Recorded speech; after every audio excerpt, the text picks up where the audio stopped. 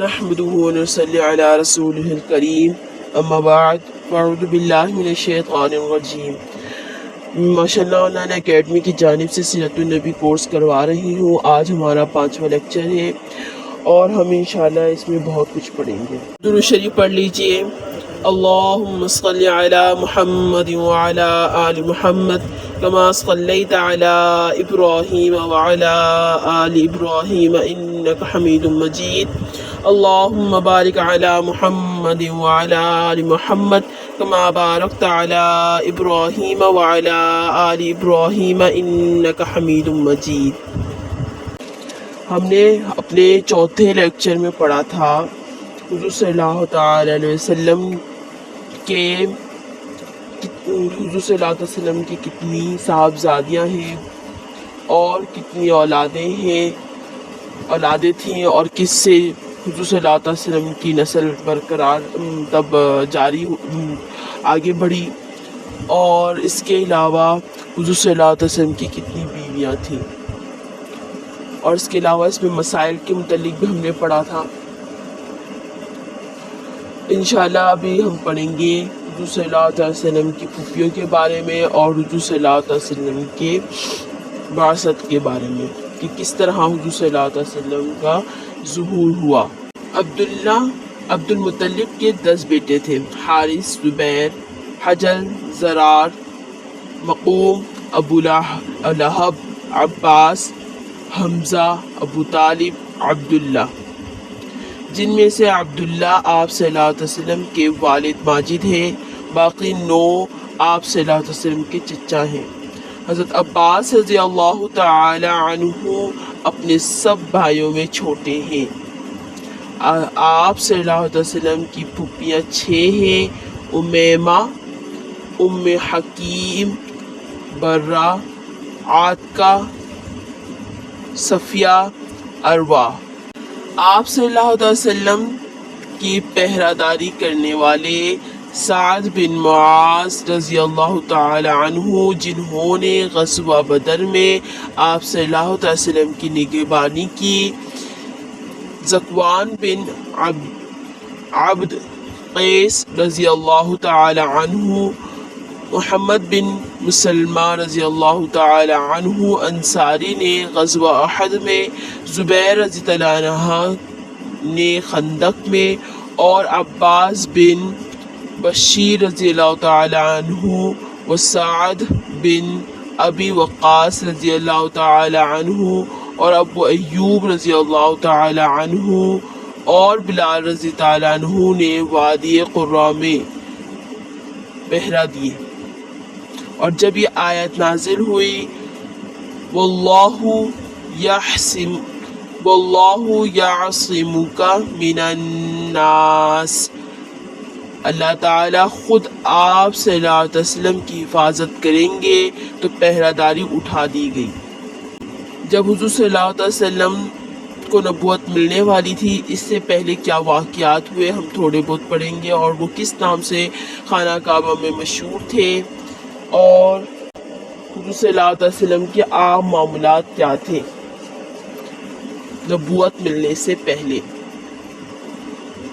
جب آپ صلی اللہ تعالی وسلم کی عمر شریف 35 سال کی ہوئی تو اس وقت قریش نے بیت اللہ کی اثر و تعمیر کا ارادہ کیا۔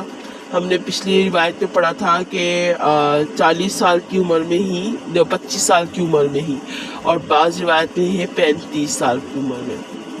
بیت اللہ کی تعمیر ہر شخص اپنی سعادت سمجھتا تھا، اور قبائل قریش نے اپنی قسمتوں کا فیصلہ اس پر کر رکھا تھا کہ اس تعمیر میں زیادہ حصہ لیا جائے۔ چنانچہ اس تعمیر کو قبائل میں تقسیم کرنے کی نوبت آئی تاکہ کوئی جھگڑا پیش نہ آئے۔ اس تقسیم عمل کے ساتھ بنائے کعبہ یعنی کعبہ کی حسن و تعمیر حجر اسود کے حد تک پہنچ گئی، لیکن اب حجر اسود کو اٹھا کر تعمیر میں نصب کرنے کے متعلق سخت اختلاف ہوا، جیسے کہ ہم نے پچھلی روایت میں بھی پڑھا اور پچھلی ہیڈنگ میں بھی پڑھا کہ پہلے پورا واقعہ ہم نے ڈیٹیل میں بتایا ہوا ہے۔ ہر قبیلہ، ہر شخص کی خواہش تھی کہ وہ اس سعادت کو حاصل کرے، یہاں تک کہ قتل و قتال پر عہد پیمان ہونے لگے۔ قوم کے بعض سنجیدہ لوگوں نے ارادہ کیا کہ مشورہ کر کے کوئی صلح کی صورت نکال لیں۔ اس غرض کے لیے مسجد میں گئے، مشورہ میں طے ہوا جو شخص سب سے پہلے مسجد کے دروازے میں داخل ہو وہ تمہارے معاملے کا فیصلہ کرے اور اس کے حکم کو ہر شخص دست قدرت کا فیصلہ سمجھ کر تسلیم کرے۔ خدا کی قدرت کے سب سے پہلے نبی کریم صلی اللہ تعالی علیہ وسلم اس دروازے سے داخل ہوئے اور آپ صلی اللہ تعالی علیہ وسلم کو دیکھ کر سب نے یک زبان ہو کر کہا کہ یہ امین ہیں، ہم ان کے حکم پر راضی ہیں۔ آپ صلی اللہ علیہ وسلم تشریف لائے اور وہ حکیمانہ فیصلہ کیا کہ سب خوش ہو گئے، یعنی ایک چادر پھیلا دی اور اس میں حجر اسود اپنے ہاتھ سے اٹھا کر رکھ دیا اور پھر حکم دیا کہ ہر قبیلے کے منتخب آدمی، یعنی کہ بڑے بڑے قبیلے کے رؤسا آدمی کا ایک ایک کنارہ پکڑ لے، چادر کے ایک ایک کنارہ پکڑ لے۔ اسی طرح کیا گیا۔ جب بنیاد تک پہنچ گیا تو خود اپنے ہاتھ سے اٹھا کر رکھ دیا۔ ابن ہشام اس واقعے کی نقل کرنے کے بعد لکھتے ہیں کہ نبوت سے پہلے تمام قریش بالاتفاق آپ صلی اللہ تعالی وسلم کو امین کہتے تھے۔ دنیا میں اشاعت تبلیغ جیسے کہ ہمیں معلوم ہے حضرت محمد صلی اللہ علیہ وسلم کی جب چھوٹی عمر تھی اس وقت خصوصاً اہل مکہ مذہبی معاشرتی حالات میں انتہائی پست تھی، گری ہوئی تھی، قبائل کے اکثر بت پرستی کی طرف مائل تھی۔ خانہ کعبہ کی کثیر تعداد میں بتوں کی موجودگی کے باعث دیوستان کی حیثیت حاصل تھی۔ آپ صلی اللہ علیہ وسلم بچپن ہی سے تمام فرسودہ اطوار رسوم جاہلیہ سے دور رہے۔ آپ صلی اللہ علیہ وسلم کا دامن برائیوں سے پاک رہا۔ اہل مکہ اللہ تعالیٰ کے وجود کے قائل تھے اور کہا کرتے تھے کہ بت تو اللہ تعالیٰ کے یہاں تقریب حاصل کرنے کا یعنی کہ قربت کا ذریعہ ہے۔ جیسے آج کل ہم لوگ بہت سارے اپنی طرف سے ذریعے بنا لیتے ہیں کہ اس سے جو ہے نا ہم اللہ تعالیٰ کے قریب ہو جائیں گے، تو اپنی طرف سے جو حضور صلی اللہ علیہ وسلم اور قرآن مجید میں ہی نہیں ہے اور اس کے علاوہ جو ہمارے کیا کہتے ہیں اکابرین سے ثابت نہیں ہے، علماء کرام سے ثابت نہیں ہے، وہ عمل جو اپنی طرف سے کرنے لگ جاتے ہیں کہ ہم اللہ تعالیٰ سے قریب ہو جائیں گے، تو یہ بے وقوفانہ اس طرح کرتے کرتے پھر بت پرستی میں لوگ آ جاتے ہیں۔ اس لیے ان سب چیزوں سے اللہ تعالیٰ کی پناہ مانگنی چاہیے اور کوشش کرنی چاہیے کہ جو سنت ہے طریقہ اسی پر عمل کیا جائے، نہ زیادہ نہ کم، بس درمیانے میں چلیں تاکہ کوئی گناہ سرزد نہ ہو۔ پھر اس طرح نوبت نہ آئے کہ بدھوں کو پوچھنا پڑے، جیسے کہ یہاں پر بتایا گیا اہل مکہ جو ہے اللہ کے تو مانتے تھے مگر بدھ کو پوچھتے تھے اور کہتے تھے کہ بدھ کو ہم اس لیے پوچھ رہے کہ یہ اللہ تعالیٰ سے قربت کا ذریعہ ہے، نعوذ باللہ۔ چنانچہ بیت اللہ میں سینکڑوں بت جمع کر دیے گئے تھے رفتہ رفتہ بہت سے، جیسے کہ ہم نے پچھلی مرتبہ بھی پڑھا ہے، پچھلے لیکچرز میں بھی سنا کہ بہت سارے بت تھے۔ رفتہ رفتہ بہت سے سلیم الطبع لوگوں کو اس سے تنفر پیدا ہو گیا اور ورقہ بن نوفل ازدی اور ابو سفیان اموی، زید بن عمر بن نفیل العدوی، قیس بن سعدہ، عبداللہ جحش، عثمان بن حویرس جیسے متعدد فطرت سلیمہ کے مالک لوگوں نے بت پرستی سے کنارہ کشی اختیار کر لی تھی۔ یعنی سب لوگ بت کو پوچھتے تو تھے، پھر بھی بہت سارے لوگ اسی زمانے میں پوچھتے بھی نہیں تھے۔ ٹھیک ہے، سب سے پہلے کیا ہوا، حضور صلی اللہ تعالی وسلم کو خواب وغیرہ آنے لگے، رویائے صالحہ۔ رویائے صالحہ سے مراد نیک اور سچا خواب ہے۔ آپ صلی اللہ علیہ وسلم کی عمر 40 برس کی تھی کہ اکثر بیشتر آپ صلی اللہ علیہ وسلم اپنی طبیعت میں مسلسل بے چینی محسوس کرنے لگے تھے۔ آپ صلی اللہ علیہ وسلم اس بے چینی کی حقیقت کو سمجھنے سے قاصر تھے۔ دراصل یہ بے چینی طلب حق کی جستجو تھی۔ اللہ تعالیٰ کی طرف سے یہ سلسلہ آپ صلی اللہ علیہ وسلم کو ذہنی اعتبار سے بار نبوت اٹھانے کے لیے تیار کیا جا رہا تھا۔ نبوت کا دیباچہ یہ تھا کہ خواب میں آپ صلی اللہ علیہ وسلم پر سراسر منکشف ہونے شروع ہو گئے تھے، یعنی حضور صلی اللہ علیہ وسلم کو وہ چیزیں دکھنے لگی تھی جو کہ عام لوگوں کو نہیں دکھتی تھی۔ بعض اوقات جاگتے ہوئے میں دیکھتے تھے اور بعض اوقات نیند میں دیکھتے تھے۔ آپ صلی اللہ علیہ وسلم کو رویائے صادقہ کے ذریعے بشارات دی جانے لگیں۔ اس طرح مستقبل کے واقعات سے آگاہ کیا جاتا اور بہت سے مخفی حقائق میں آپ صلی اللہ علیہ وسلم کی رہنمائی کی جاتی تھی۔ یہ سلسلہ کم و بیش 6 ماہ تک جاری رہا۔ اس سلسلے میں ایک روایت ہے کہ آپ صلی اللہ علیہ وسلم رات کو جو بھی خواب دیکھتے، بیدار ہونے کے بعد صبح کی روشنی کی طرح اس کو صاف شفاف تعبیر ظاہر ہو جاتی، یعنی بالکل صبح میں بالکل ہو بہو جو خواب میں دیکھا وہ ہو جاتا۔ اس کے علاوہ غیبی آوازیں بکثرت سنائی دینے لگی، حتیٰ کہ آپ صلی اللہ علیہ وسلم ایک موقع پر فرمایا کہ مجھے خطرہ ہے کہ کہیں میری عقل متاثر نہ ہو جائے، کیونکہ اکثر آواز سنتا ہوں مگر جب دیکھتا ہوں تو وہاں کوئی نہیں ہوتا۔ ایک روایت کے مطابق درخت اور پتھر آپ صلی اللہ علیہ وسلم کو بلند آواز سے سلام کرنے لگے۔ اس کے علاوہ بے شمار نشانات دیکھنے میں آتے رہے۔ حضور صلی اللہ علیہ وسلم کو اکیلے بیٹھنا اچھا لگتا تھا، اس لیے وہ غار حرا میں جاتے تھے اور وہاں پر وہ صرف بیٹھتے نہیں تھے، اللہ کا ذکر کرتے تھے۔ حضرت صلی اللہ علیہ وسلم نے عبادت کی اس راہ کو فکر اور تعمق کے لیے بہتر ذریعہ سمجھا اور عبادت ریاضت کے لیے غار حرا میں تشریف لے جاتے تھے۔ غار حرا مکہ مکرمہ کے مشرق میں کعبۃ اللہ سے 3 میل کے فاصلے پر جبل نور کی چوٹی پر واقع ہے۔ جب حاجی مینا کو جاتے ہیں تو مینا سے کچھ پہلے یہ پہاڑ ان کے بائیں ہاتھ پر نظر آتا ہے۔ غار کا رخ قدرتاً کعبے کی سمت ہے اور متعدد چٹانوں کے ایک دوسرے پر پڑنے سے بنا ہے۔ تنہائی میں ریاضت کرنے کے لیے اس سے بہتر کوئی جگہ نہ تھی۔ آپ صلی اللہ تعالی علیہ وسلم ہر سال ماہ رمضان میں خورد و نوش کا سامان لے کر غار حرا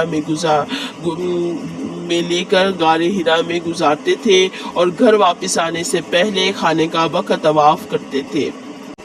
غار حرا میں آپ صلی اللہ تعالی وسلم کی عبادت اور ریاضت کو ظاہر کرنے کے لیے حضرت عائشہ رضی اللہ تعالی عنہ روایت میں یہ الفاظ آئے ہیں، وَكَانَ يَتَحَنَّث۔ تخت کے معنی تعبد یعنی عبادت کرنے، گناہوں سے بچنے کے ہیں، مگر بقول علامہ عینی اس کے معنی غور و فکر اور عبرت پذیری کے ہیں۔ ابن جوزی کے مطابق اس کا مفہوم متعدد راتوں کا مسلسل عبادت ہے۔ آپ صلی اللہ علیہ وسلم غار حرا میں دنیا و ما فیہا سے بے خبر یکسوئی کے ساتھ فکر اور تعامل میں ڈوبے رہتے۔ اس حالت میں کھانے پینے حتیٰ کہ اپنی ذات تک کا ہوش نہ رہتا۔ آپ صلی اللہ علیہ وسلم کے لیے اہل مکہ کے معاشرے میں دلچسپی نہ ہونے سے غار حرا کا تخنث بجائے خود ایک انجمن تھی۔ حضرت صلی اللہ علیہ وسلم غار حرا میں اس حقیقت کے متلاشی تھے کہ جو نہ تو آپ صلی اللہ علیہ وسلم کو یہود کے اسفار میں مل سکی اور نہ مسیحی رہبان کے زاویوں میں ان کا نشان مل سکا۔ آپ صلی اللہ علیہ وسلم خانہ خلوت میں بیٹھ کر حقیقت کی تلاش میں روح کو اس بلندی پر لے جاتے جہاں پائیں کی ظلمتوں کا ایک ایک گوشہ نظر سے گزر کر حقیقت کو منکشف کر دیتا تھا۔ غار حرا میں تنہائی میں آپ صلی اللہ علیہ وسلم کی عبادت کے متعلق مختلف روایات ملتی ہیں۔ اس معاملے میں علماء کی مختلف رائے ہیں۔ علامہ ابن کثیر نے اپنی تاریخ البدایہ و نہایہ میں متعدد اقوال تحریر کیے۔ حضرت نوح علیہ السلام کی شریعت کے مطابق حضرت ابراہیم علیہ السلام، حضرت موسیٰ علیہ السلام، حضرت عیسیٰ علیہ السلام کہ شریعت کے مطابق، اپنی مقرر کردہ شریعت کے مطابق حضرت صلی اللہ علیہ وسلم کی غار حرا میں عبادت کے زمن میں یہ قول زیادہ قابل قبول ہے کہ آپ صلی اللہ علیہ وسلم کا فکر و تعامل اپنی مقررہ شدہ شریعت کے مطابق تھا۔ غار حرا میں فکر و تعامل کے دوران آپ صلی اللہ علیہ وسلم پر انسانی اعمال کی حقیقت واضح ہو گئی، جس کے بارے میں قرآن مجید میں وضاحت کی گئی ہے۔ فَمَن يَعْمَلْ مِثْقَالَ ذَرَّةٍ خَيْرًا يَرَهُ وَمَن يَعْمَلْ مِثْقَالَ ذَرَّةٍ شَرًّا يَرَهُ۔ نیک اور بد اعمال ایک ذرے کے برابر کیوں نہ ہو، جزا اور سزا مل کر رہے گی۔ آپ صلی اللہ علیہ وسلم پر یہ بھی منکشف ہو گیا کہ جنت دوزخ دونوں کا وجود برحق ہے۔ جو لوگ اللہ تعالیٰ کو چھوڑ کر دوسروں کی پرستش کریں گے ان کا ٹھکانہ دوزخ میں ہوگا، جو نہایت تکلیف دہ مقام ہے۔ غار حرا میں عبادت اور ریاضت کا سلسلہ بدستور جاری رہا۔ رویا میں جو مکاشفات ہوتے ان سے ایمان میں بھی بالادگی ہوتی، باطل پہلے سے کہیں زیادہ نظر میں حقیر ہو گیا اور پروردگار کی طرف سے اصلاح اور تربیت میں توجہ خاص کا زمانہ بھی قریب آ گیا۔ آپ صلی اللہ علیہ وسلم 40 برس کی عمر میں حسب معمول غار حرا میں عبادت میں مشغول تھے کہ حضرت جبرائیل امین تشریف لائے اور آپ صلی اللہ علیہ وسلم سے کہا اقرأ یعنی پڑھ۔ آپ صلی اللہ تعالی علیہ وسلم نے فرمایا ما انا بقاری یعنی میں کچھ پڑھا ہوا نہیں۔ انہوں نے خوب آپ کو زور سے دبایا یعنی معانقہ کیا، پھر چھوڑ دیا، پھر کہا اقرأ، پھر حضور صلی اللہ علیہ وسلم نے وہی جواب دیا ما انا بقاری یعنی میں کچھ پڑھا ہوا نہیں ہوں۔ آپ نے پھر وہی جواب دیا۔ اس طرح 3 بار ہوا یعنی 3 مرتبہ معانقہ کیا، جس سے آپ صلی اللہ علیہ وسلم کا سینہ نبوت سے منور ہو گیا۔ اور جب پھر حضرت جبرائیل امین نے کہا کہ پڑھ یعنی اقرأ، تو حضور صلی اللہ علیہ وسلم پڑھنے لگے۔ انہوں نے پھر پڑھا۔ کیا پڑھا؟ قرآن مجید کی یہ 5 آیات سورہ علق کی نازل ہوئی۔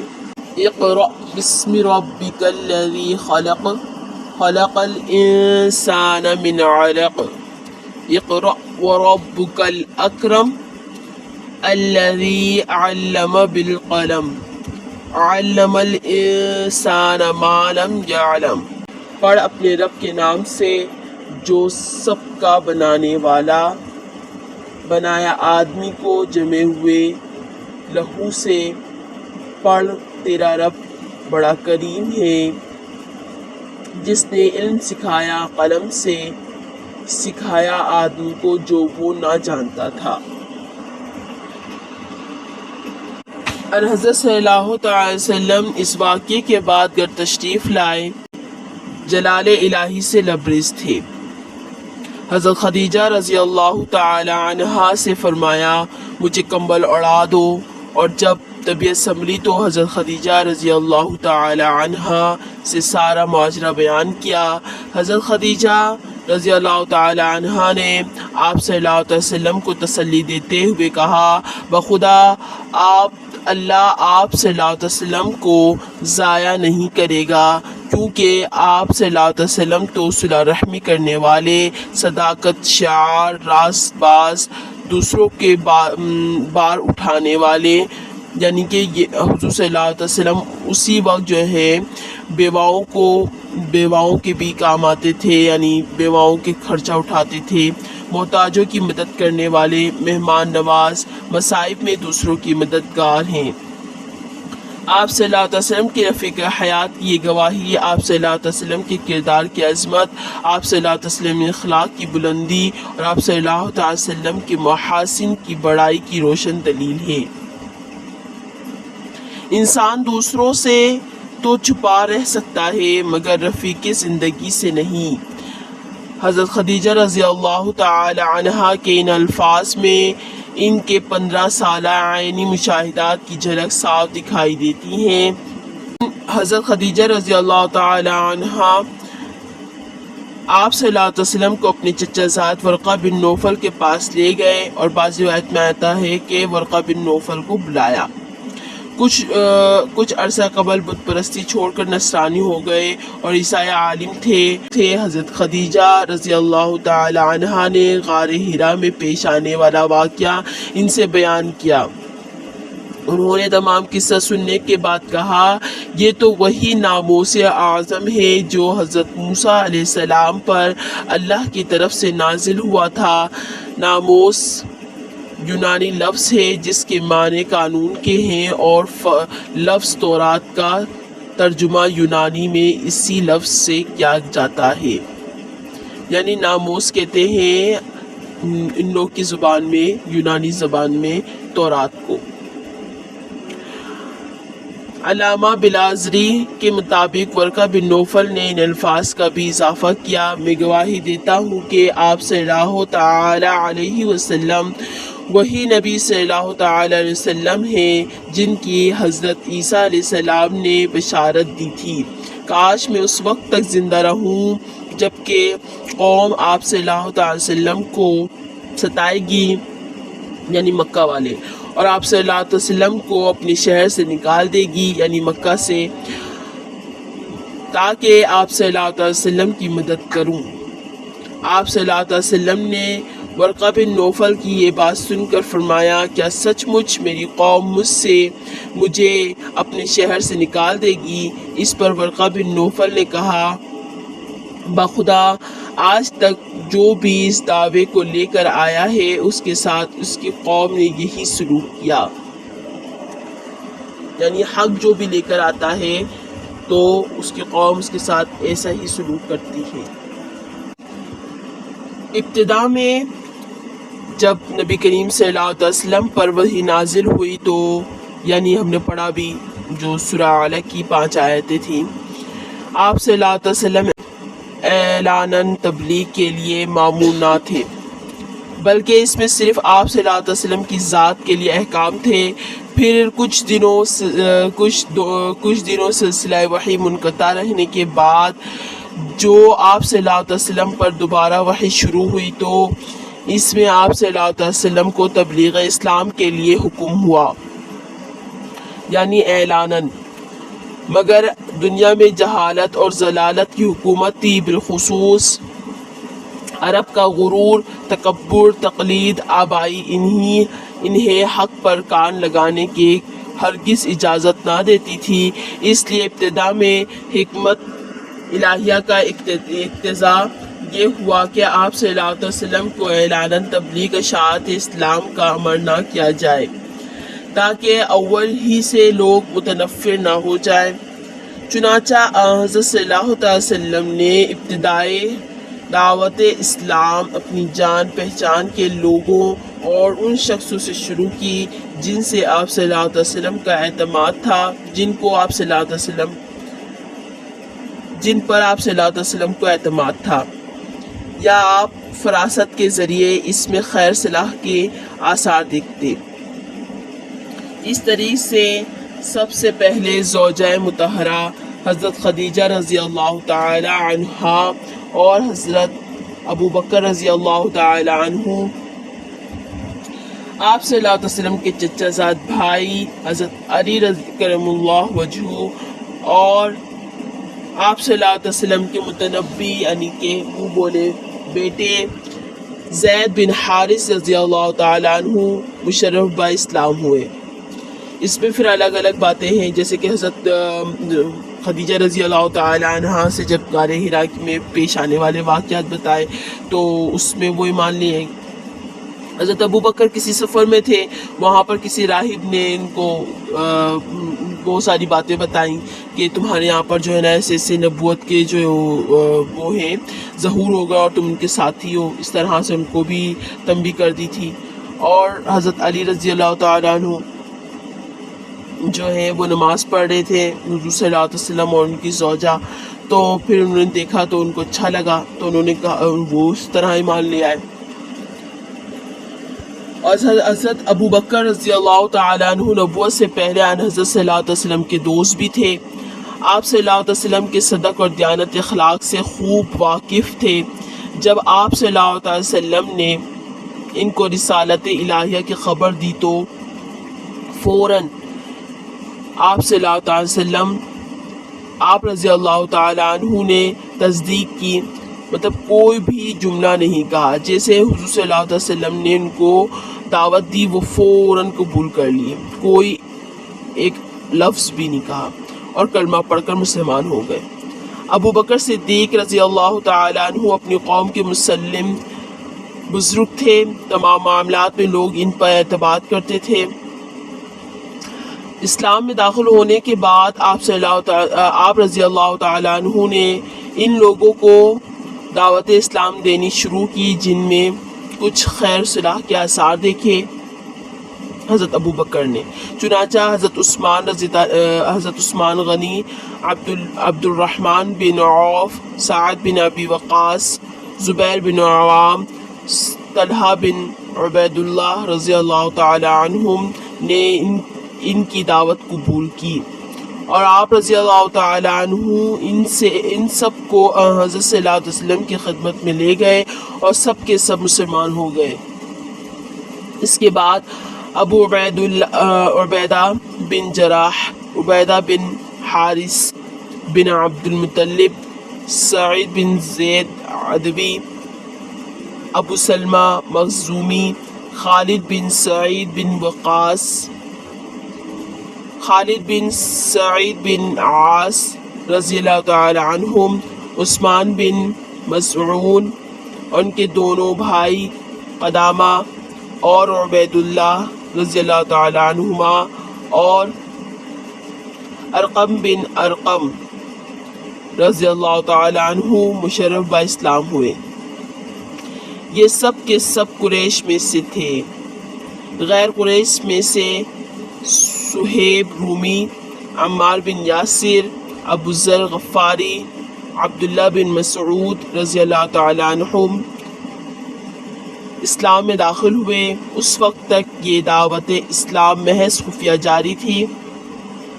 عبادات اعمال شریعہ میں چھپ چھپ کر ادا کیے جاتے تھے, یہاں تک کہ بیٹا باپ سے اور باپ بیٹے سے چھپ کر نماز پڑھتا تھا.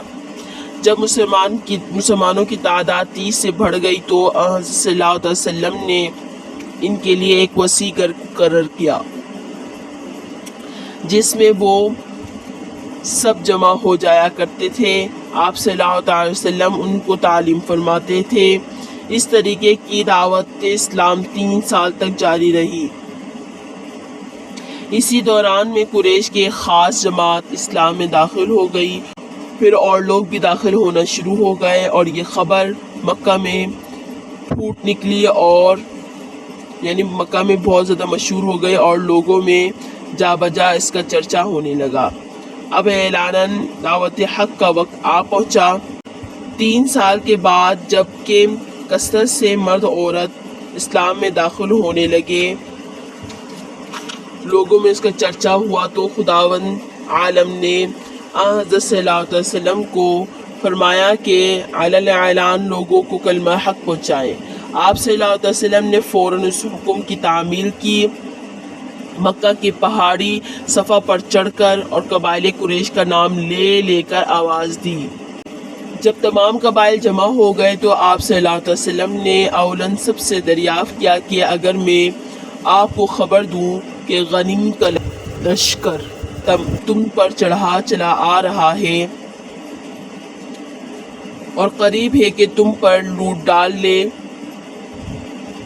تو کیا تم میری تصدیق کرو گے؟ سب یہ سن کر یک زبان ہو کر بولے بے شک. یعنی تمام قریش مکہ اس بات پر اتفاق کرتی تھی کہ حضور صلی اللہ علیہ وسلم جو کہہ رہے ہیں وہ سچ ہے. ہم اس آپ کی خبر کو بالکل حق سمجھیں گے کیونکہ ہم نے آج تک کبھی آپ کو جھوٹ بولتے نہیں دیکھا.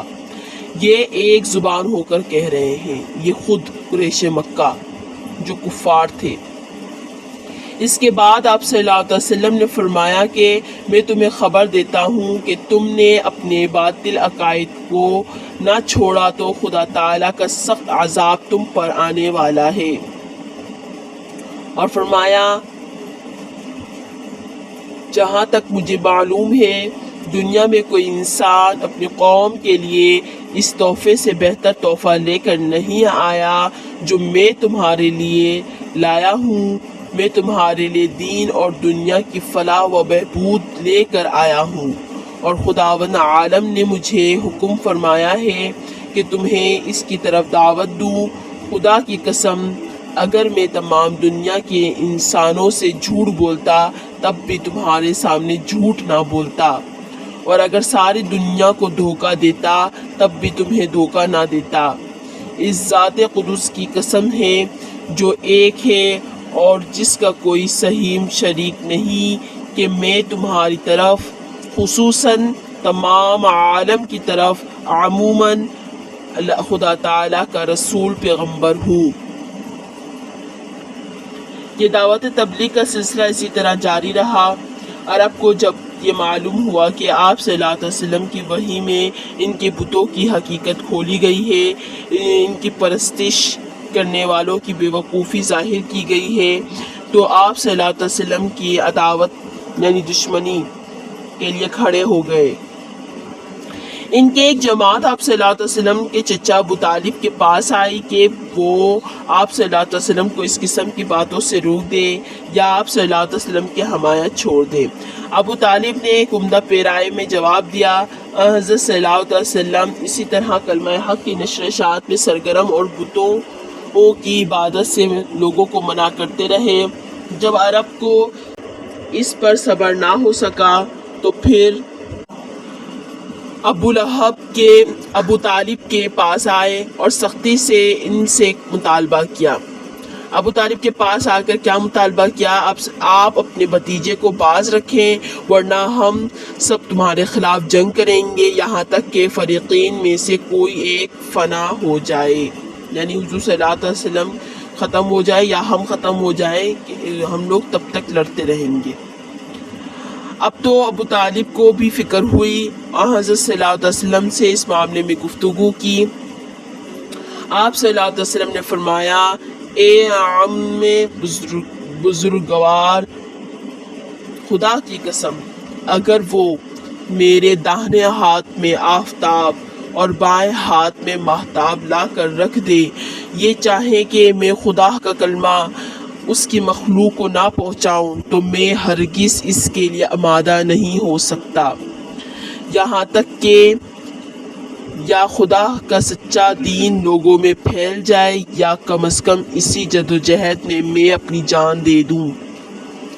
ابو طالب نے جب یہ رنگ دیکھا تو کہا، اچھا جاؤ تم اپنا کام کرتے رہو، میں تمہاری حمایت اور نصرت سے کسی وقت ہاتھ نہ اٹھاؤں گا، یعنی میں تمہارے ساتھ ہوں۔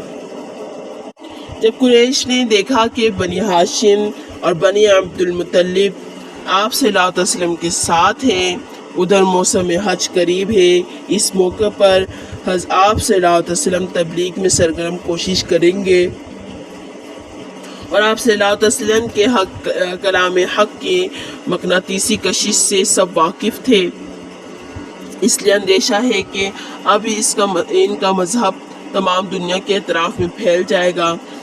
تو سب نے جمع ہو کر یہ طے کیا کہ مکہ کے تمام راستوں میں اپنے آدمی بٹھا دیے جائیں تاکہ اطراف عالم سے جو لوگ حج کے لیے آئے تو انہیں دور ہی سے کہہ دیا جائے کہ یہاں ایک ساحر ہے جو اپنے کلام سے باپ بیٹے اور خاوند بیوی میں اور تمام رشتہ داروں میں تفریق ڈال دیتا ہے، تم اس کے پاس نہ جاؤ۔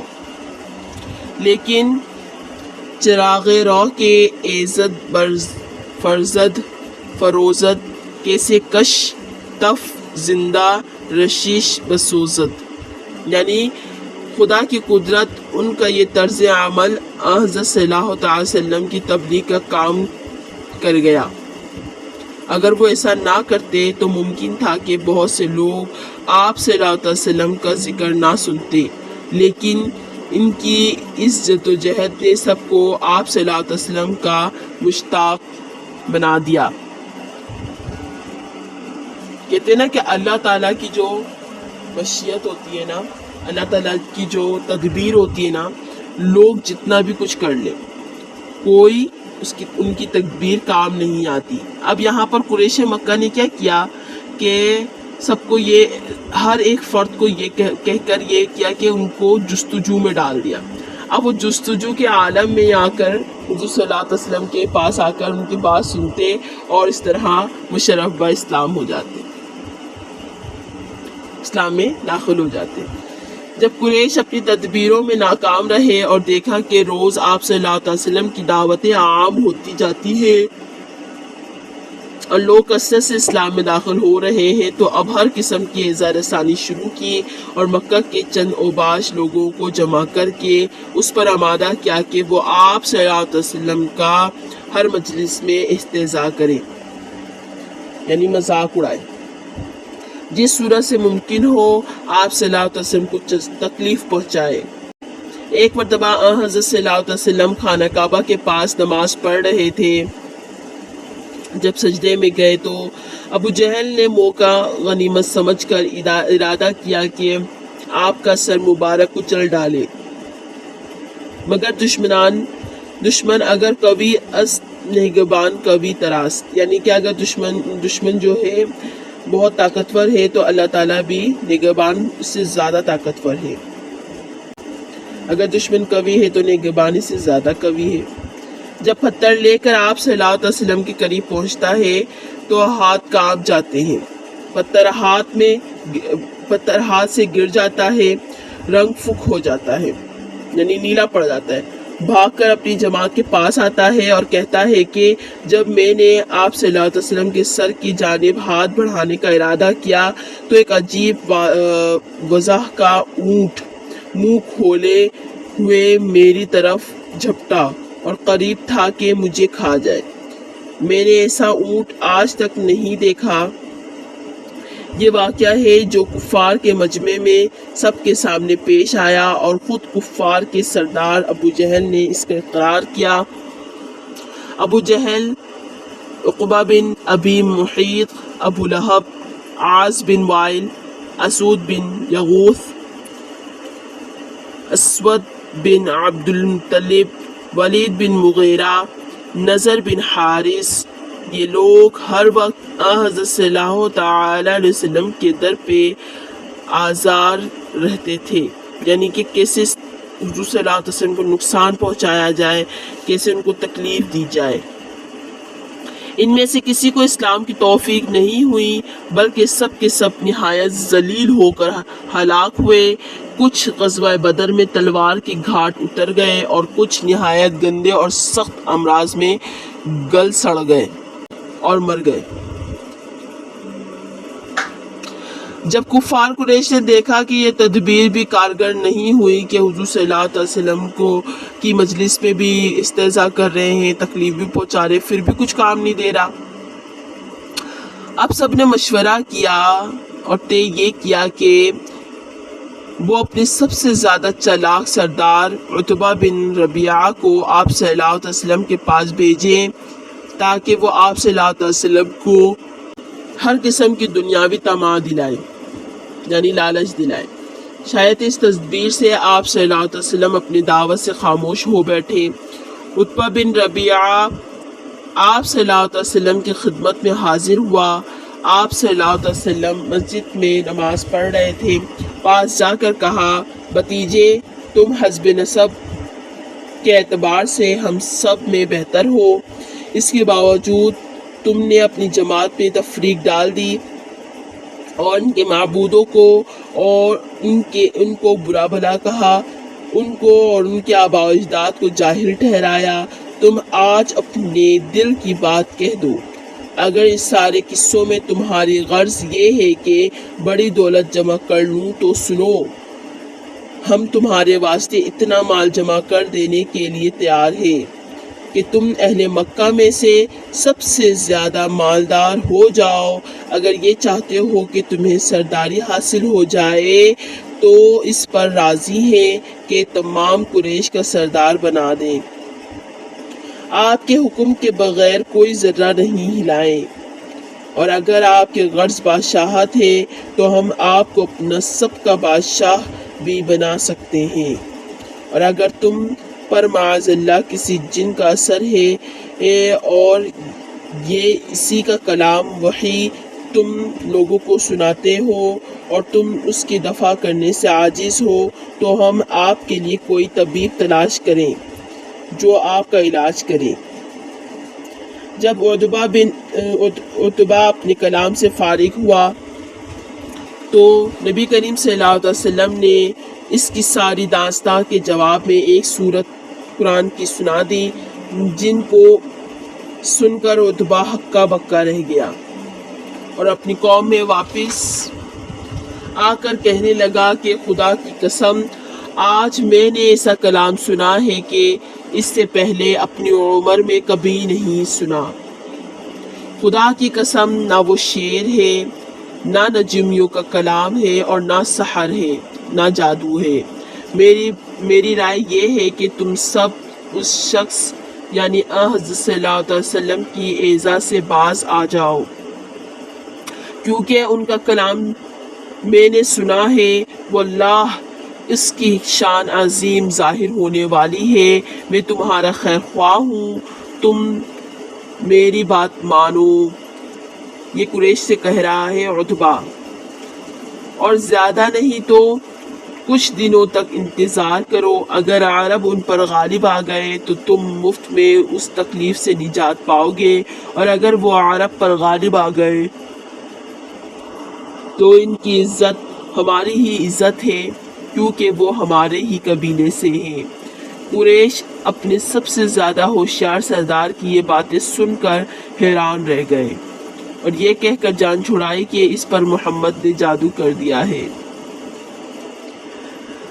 جب قریش کا کوئی حیلہ کارگر نہ ہوا تو اب نبی کریم صلی اللہ علیہ وسلم کے ساتھ آپ صلی اللہ علیہ وسلم کے صحابہ کرام رضی اللہ تعالی عنہم اور متعلقین اور قربا کو بھی ستایا اور طرح طرح کی ایذا دینا شروع کی۔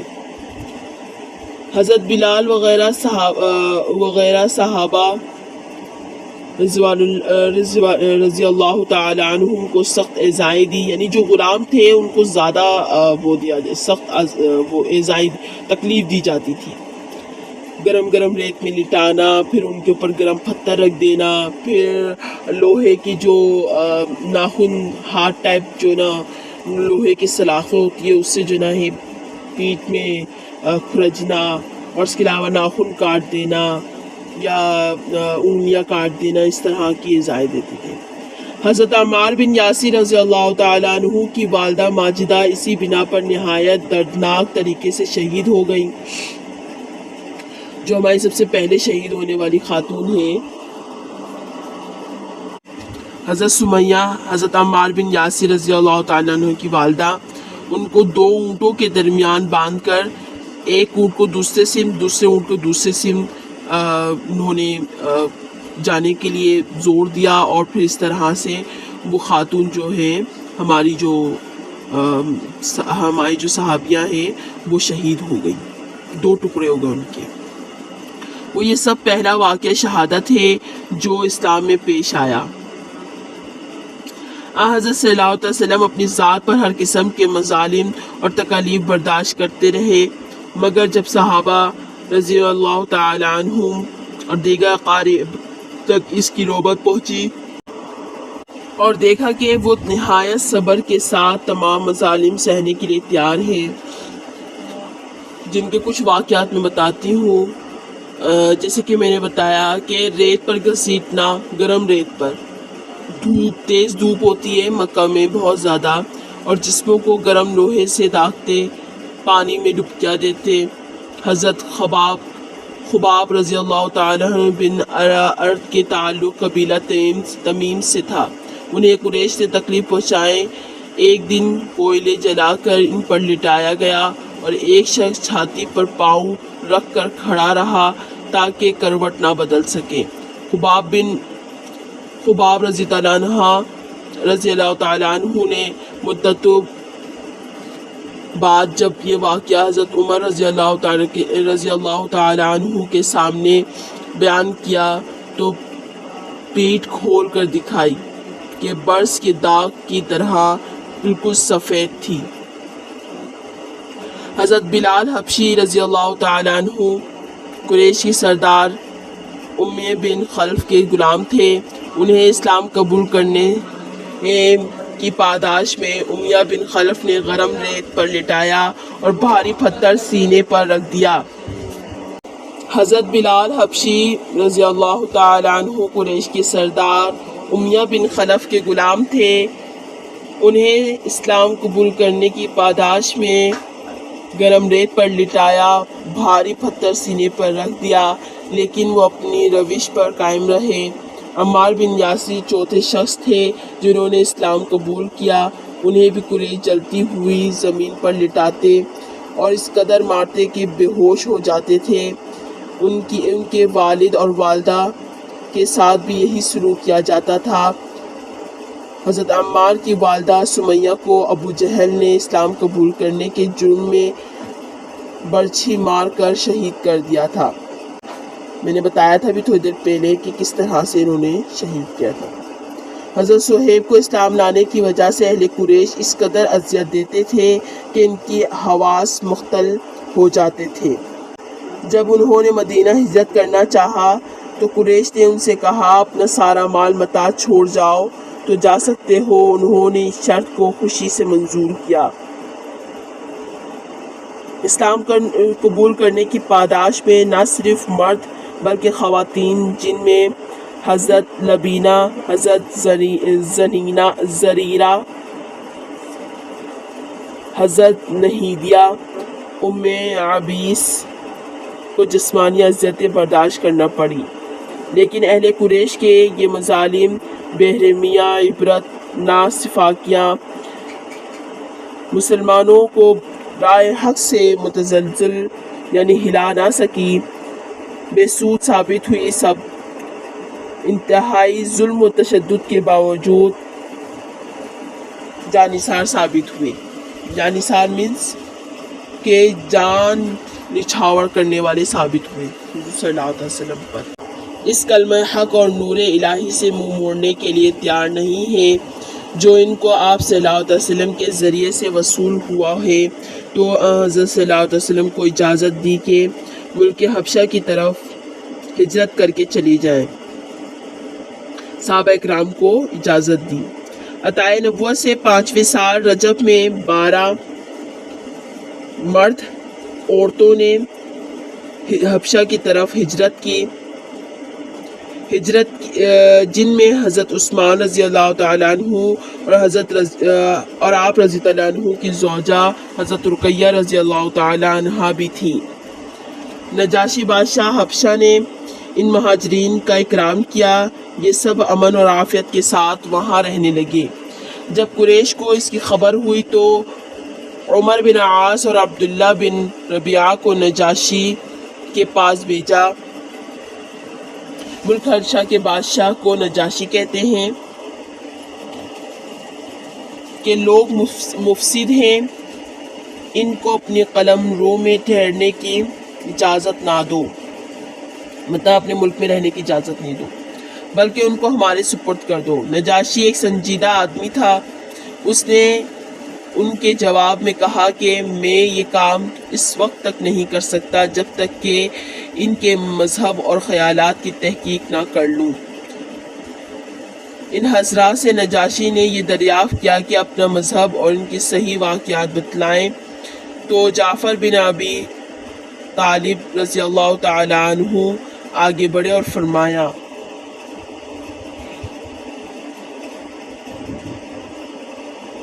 یورپ کے بعض مشہور سیاسی لوگوں نے غالباً لارڈ کرد مرلے کہا کہ اگر مشرق اور مغرب کے علماء جمع ہو کر دین اسلام کی حقیقت بیان کرنا چاہے تو اس سے اچھا بیان نہیں کر سکتے جو مہاجرین حبشہ نے کیا۔ اب دیکھتے کیا بیان کیا۔ شاہا، ہم پہلے جاہلیت والے تھے، بتوں کو پوجا کرتے تھے اور مردار کھاتے تھے، فحش کاری، قطع رحمی، بدخلقی میں مبتلا تھے۔ ہمارا قومی ضعیف کو کھا جاتا تھا، ہمارا قوی ضعیف کو کھا جاتا تھا، یعنی کہ طاقتور کمزور کو کھا جاتا تھا، یہاں تک کہ اللہ تعالیٰ نے ہماری طرف ایک رسول بھیجا جو ہمارے ہی کنبے سے تھے۔ ہم اس کی نسبت اور سچائی، امانت اور عفت کو خوب جانتے ہیں۔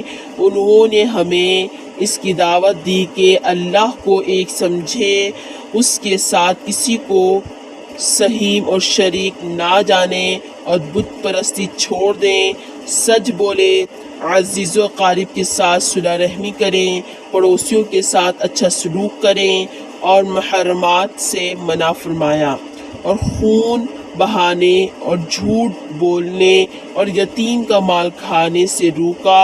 ہمیں نماز، روزہ، زکوٰۃ اور حج کا حکم فرمایا۔ ہم نے جب یہ سنا تو اس پر ایمان لے آئے۔ نجاشی یہ سن کر متاثر ہوا، قریش کے دونوں قاصدوں کو واپس کر دیا اور مسلمان ہو گیا۔ مہاجرین تقریباً 3 مہینے وہاں امن اور عافیت کے ساتھ قیام کر کے واپس آ گئے۔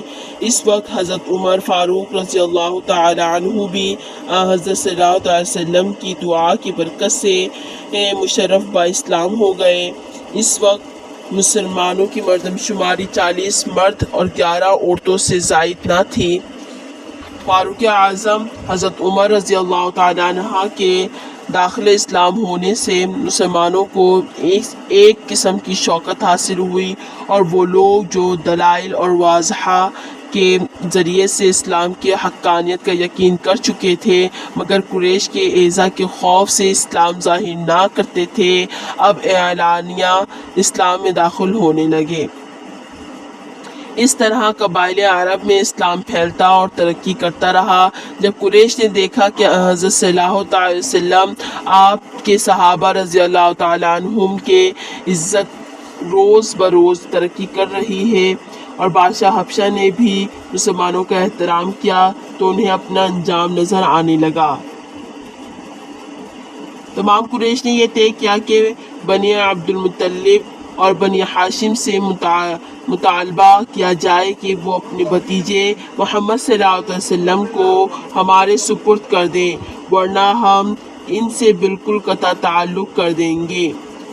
مگر بنی عبد المطلب نے اس کو منظور نہ کیا، تو باتفاق رائے یہ عہد نامہ لکھا گیا کہ بنی ہاشم اور بنی عبد المطلب سے بالکل مقاطعہ کیا جائے، رشتے ناطے، نکاح، بیاہ، خرید و فروخت سب بند کر دیے جائیں، اور یہ عہد نامہ بیت اللہ کے اندر معلق کر دیا گیا، لٹکا دیا گیا۔ ایک پہاڑ کی گھاٹی میں حضرت صلی اللہ تعالی علیہ وسلم اور آپ صلی اللہ تعالی علیہ وسلم کے تمام رفقا اور قربا کو مقید کر دیا گیا، قید کر دیا گیا۔ اس وقت ابو لہب کے سوا تمام بنی ہاشم اور بنی عبد المطلب کے تمام افراد بلا امتیاز مسلم اور کافر سب کے سب ابو طالب کے ساتھ رہے اور اس گھاٹی میں مقید اور محصور ہو گئے۔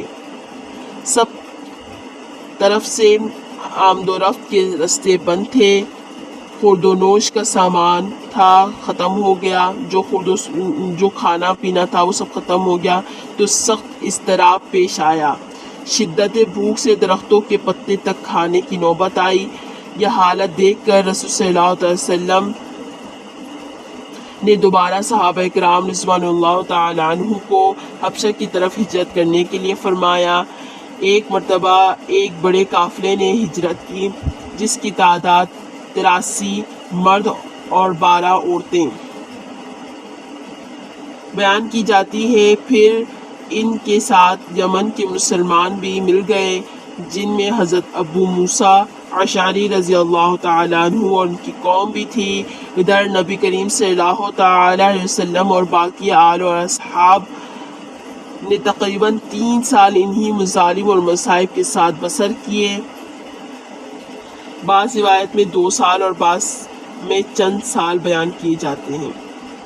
اس کے بعد چند آدمی اس عہد کو توڑنے اور آپ صلی اللہ علیہ وسلم پر سے یہ محاصرہ اٹھا دینے پر آمادہ ہوئے۔ حضرت صلی اللہ علیہ وسلم کو یہ بذریعہ وحی بتلایا گیا کہ اس عہد نامے کو دمک نے کھا لیا ہے، بجز خدا کے نام کے اس میں کوئی حرف نہیں چھوڑا۔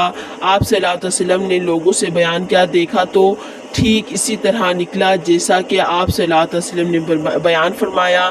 الغرض آپ صلی اللہ علیہ وسلم سے محاصرہ اٹھا دیا گیا۔ بعد میں پڑھیں گے اور آگے ہم پڑھیں گے کہ اس کے بعد کیا ہوا، اور ابو طالب کی وفات، ہجرت طائف، اور پھر معراج کا واقعہ، اور انشاءاللہ پھر ہم پڑھیں گے کہ خود کفار شہادتیں کس طرح سے دی، مدینہ منورہ میں کیسے گئے، یہ سب ہم انشاءاللہ اگلے لیکچر میں پڑھیں گے۔ درود شریف پڑھ لیجیے۔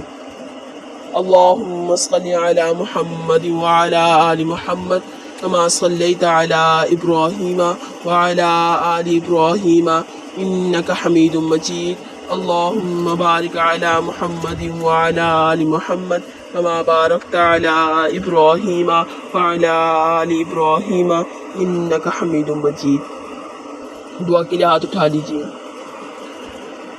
بسم اللہ الرحمن الرحیم۔ یا اول الاولین ویا آخر الآخرین ویا ذا القوة المتین ویا راحم المساکین ویا ارحم الراحمین۔ اے اللہ جتنی خیر تیرے علم میں ہے وہ ساری خیر ہمیں نصیب فرما۔ اے اللہ جتنے شرور تیرے علم میں ہے ان تمام شرور سے ہماری حفاظت فرما۔ اے اللہ تو ہمیں اپنے علم میں سے علم اور اپنے حلم میں سے حلم نصیب فرما۔ اے اللہ تو ہمیں کلمے والی زندگی اور کلمے والی موت نصیب فرما۔ اے اللہ تو ہمیں مانگنے کی توفیق عطا فرما۔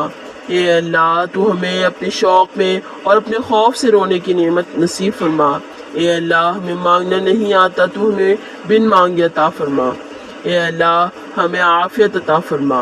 اے اللہ ہمارا مقدر بہترین بنا دے۔ اے اللہ تو سارے عالم کے تمام انسانوں کے لیے ہدایت کا فیصلہ فرما دے۔ اے اللہ تو ہمیں حضور صلی اللہ تعالی علیہ وسلم کی پکی اتباع نصیب فرما۔ اے اللہ تو ہمیں حضور صلی اللہ تعالی وسلم والا غم فکر کڑن نصیب فرما۔ اپنے محبوب نبی صلی اللہ علیہ وسلم کی ایک ایک سنت کو زندہ کرنے والا بنا۔ اے اللہ تو نے ہمیں جس کام جس مقصد کے لیے دنیا میں بھیجا اس کام اس مقصد کے لیے پوری امت مسلمہ کو قبول فرما۔ اے اللہ تو ہمارے کبیرہ صغیرہ گناہوں کو معاف فرما، ہمارے گناہوں کی نحوست کو زائل فرما، اپنی ذات عالی کامل کا یقین نصیب فرما، نماز پنجگانہ با جماعت پڑھنے کی توفیق عطا فرما، با پردہ رہنے کی توفیق عطا فرما، ہمیں اخلاق نصیب فرما، ہمیں تقوی نصیب فرما۔ اے اللہ تو ہمیں کلمے کی حقیقت نصیب فرما۔ اے اللہ تو ہمیں دنیا کی بے رغبتی آخرت کا شوق نصیب فرما۔ اے اللہ تمام نیک اعمال اہتمام کے ساتھ کرنے کی توفیق نصیب فرما۔ اے اللہ تو بے اولادوں کو نیک اولاد عطا فرما، جس کو اولاد دی ہے ان کی اولاد کو نیک اور صالح بنا۔ اے اللہ بیماروں کو صحت عطا فرما، جو مقروض ہیں انہیں بار قرض سے نجات عطا فرما۔ اے اللہ پریشان حالوں کی پریشانیاں ختم فرما۔ اے اللہ قیامت تک کے آنے والے مسلمانوں کی کامل مغفرت فرما۔ اے اللہ تو ہماری دعاؤں کو محض اپنے فضل سے اور اپنے محبوب صلی اللہ علیہ وسلم کے صدقے قبول فرما۔ صلی اللہ علیہ وسلم۔ آمین۔ وآخر دعوانا الحمدللہ رب العالمین۔